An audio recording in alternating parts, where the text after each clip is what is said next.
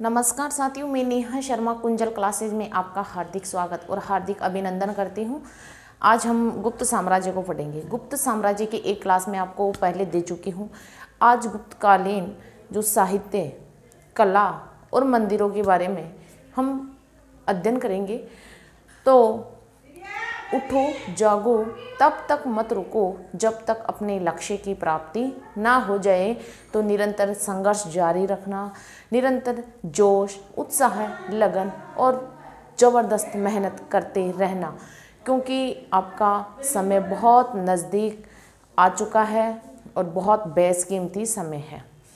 क्योंकि 2025 में वैकेंसी आने के बाद 2-3 साल तक तो आपको इंतज़ार की बाट करना पड़ेगा।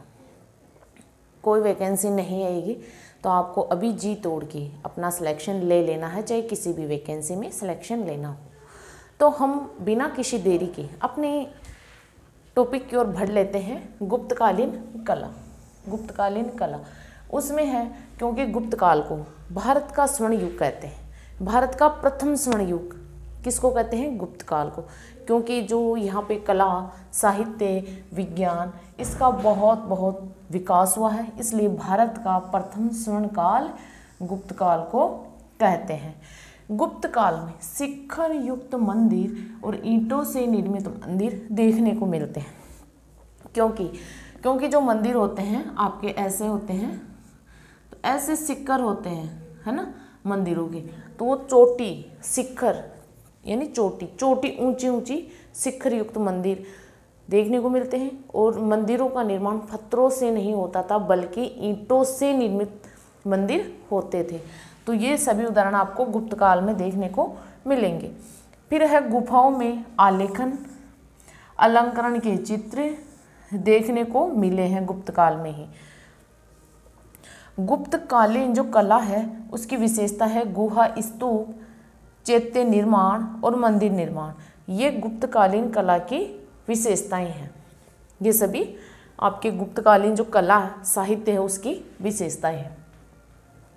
फिर है गुप्तकालीन मंदिर। अब देखो, आपका जो गुप्तकालीन, ये गुप्त काल का जो इस साहित्य, कला, ये आपके फर्स्ट ग्रेड में भी चलता है। ये टॉपिक फर्स्ट ग्रेड में भी है। तो जो फर्स्ट ग्रेड की तैयारी कर रहे हैं उनको यहाँ पे काफ़ी बेनिफिट मिलेगा। तो देखो, विदिशा एमपी में उदयगिरी रेखा विष्णु मंदिर है। कानपुर यूपी में भीतरी गांव का ईंटों का मंदिर है। बस आपको ये राज्य और मंदिर का नाम एग्जैक्ट ऐसे कैसे याद करने हैं, और इनमें कोई किंतु परंतु नहीं है।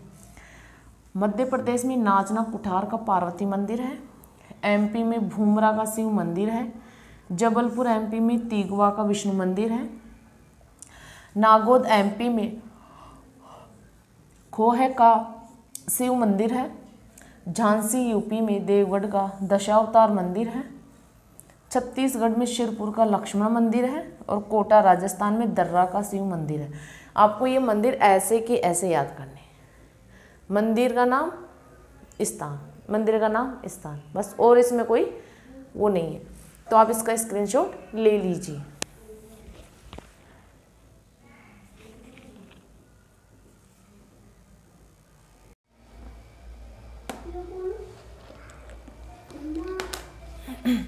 अब है गुप्तकालीन मूर्ति कला। गुप्तकालीन मूर्ति कला यानी कौन कौन सी मूर्तियां कहाँ से मिली है, इसके बारे में हम पढ़ते हैं कि मूर्तियां सुल्तानगंज से हमें बुद्ध की अभय मुद्रा की मूर्ति मिली है।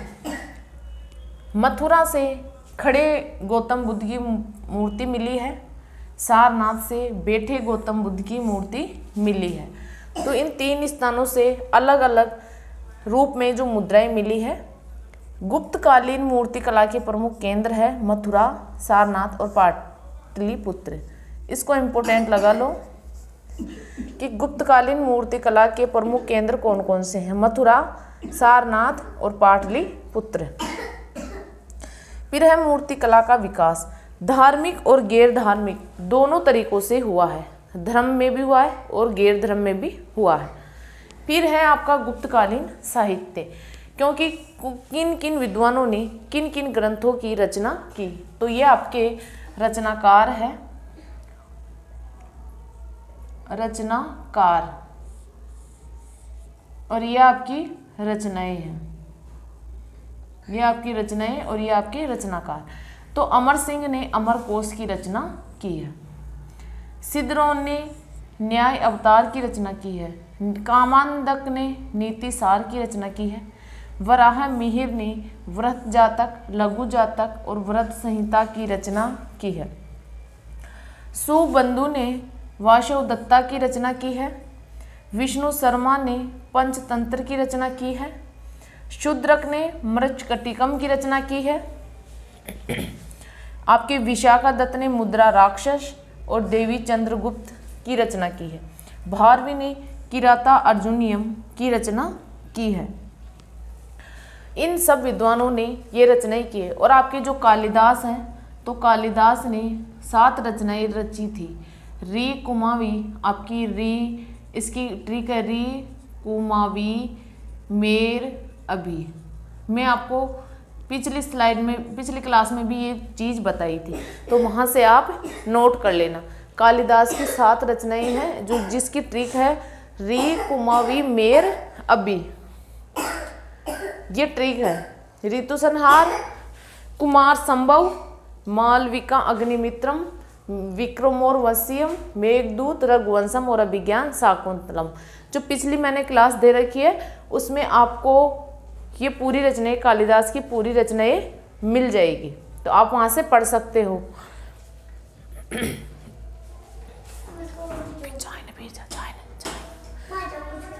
तो इसका आप स्क्रीनशॉट ले लीजिए और फिर मिलते हैं अगली क्लास में। जय हिंद, जय भारत।